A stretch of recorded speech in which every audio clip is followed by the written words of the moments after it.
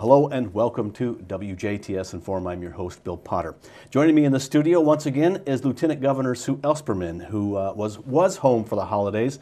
But we're going to talk to her now about some things in Indiana and maybe get a little more serious about some of the things. And Affordable Care Act right now really gets a lot of talk nationally and statewide. Indiana is not part of the federal program as such. Can you explain that part, please? Sure. The states had the option of expanding their Medicaid eligibility. In Indiana, we have a very strong program called the Healthy Indiana Plan, which was developed under the Governor Daniels administration. Amazing plan, consumer-driven. Everyone has a little bit of skin in the game. There's a little bit of that you pay to be a part of it, but it goes in an equivalent of a health savings account.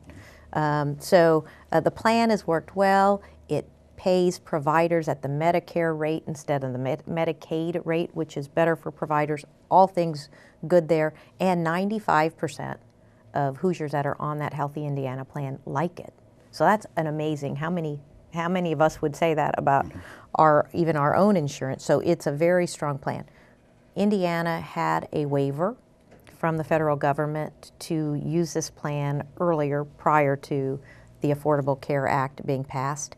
And we have continued to get a waiver for it, to apply it to a narrow group. We've asked, Governor Pence has asked, if we could have a waiver to take this approach to expanding eligibility to that population of people. We have not yet gotten the answer from Secretary Sebelius. The governor sent a letter last week asking her personally to move this along. We think Indiana has probably the most innovative plan in the country. The Wall Street Journal and others have looked at it and see it as promising, but it does require some flexibility from the federal government.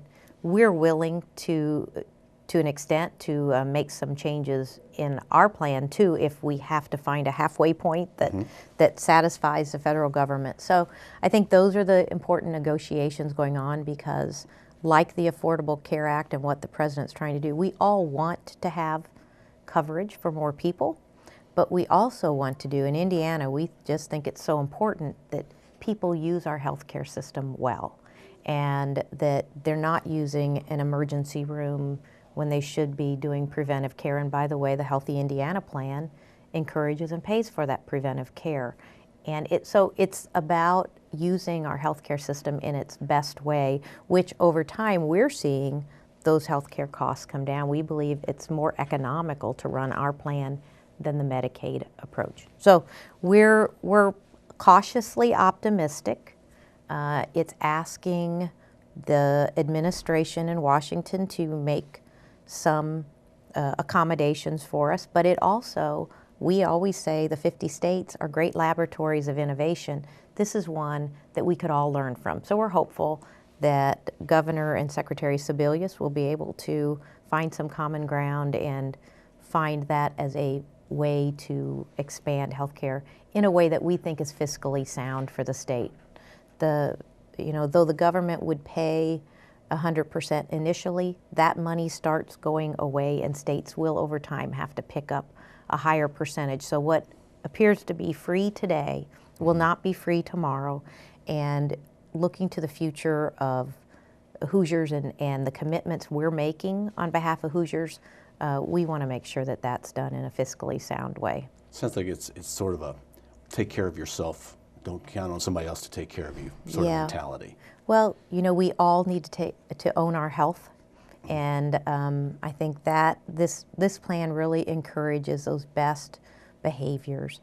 Do the preventive care, use your resources wisely, and then there is a health savings account that helps to cover those expenses. And so it really does drive appropriate behavior that if you were in the traditional insurance market, they would be trying to drive as well. So again, I just say that we think we have a model that could work. We're hopeful that we can continue to use it and demonstrate to the country just as we scale it.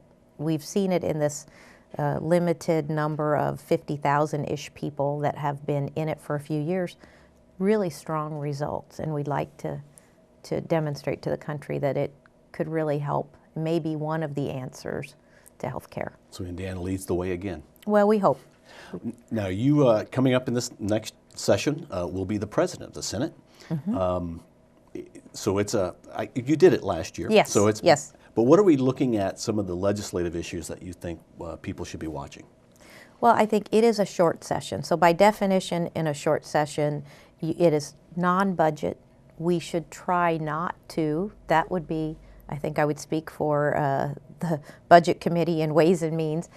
We should not tinker with the budget in any significant ways, but it is a great opportunity to clean up legislative issues that and statute that isn't quite right. I know in my own family of business, we have a number of pieces of legislation where just to move who's responsible and making sure we've updated the statute on that. I think every legislator has the opportunity to put in anywhere from 5 to 10 bills in this short session, so you never are quite sure what you will see coming up.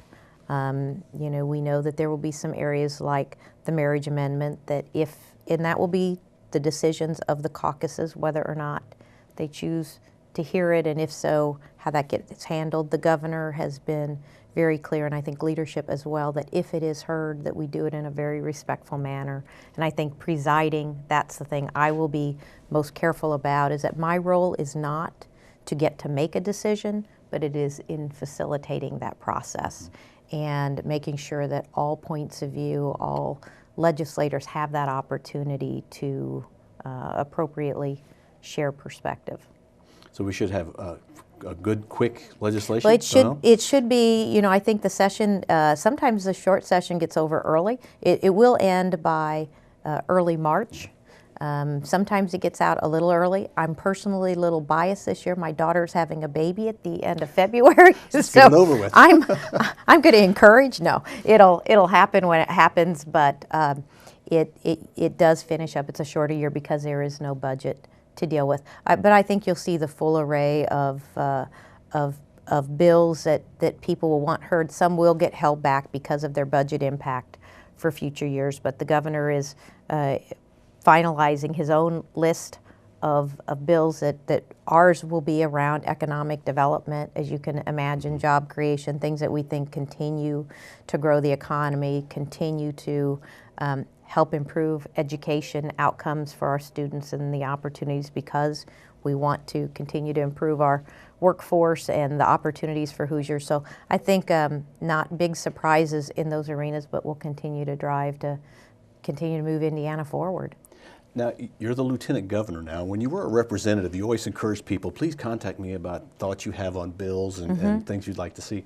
Is that kind of are you looking for constituents to contact you, or is it different? I'm not a legislator, so Right. we actually don't get to submit any bills. Now, the governor will, we will as an administration have a handful of bills that we will look for legislators to sponsor on our behalf, like on my cleanup bills that I have, I will look for a legislator who I think would be interested in carrying. So actually, I'm approaching those legislators too, just like as a citizen. constituents. Okay. Yeah, but certainly we still are very open to hearing, and the governor, and that's where the 92 county tour has been very, very good at helping to understand which areas of policy do we still need to refine. You know, we believe small government is good, so we're not trying to make more government, but we do want to make sure that it's working for Hoosiers, and to the extent that we can make adjustments to make it work smoother, faster, more efficiently, we want to do that.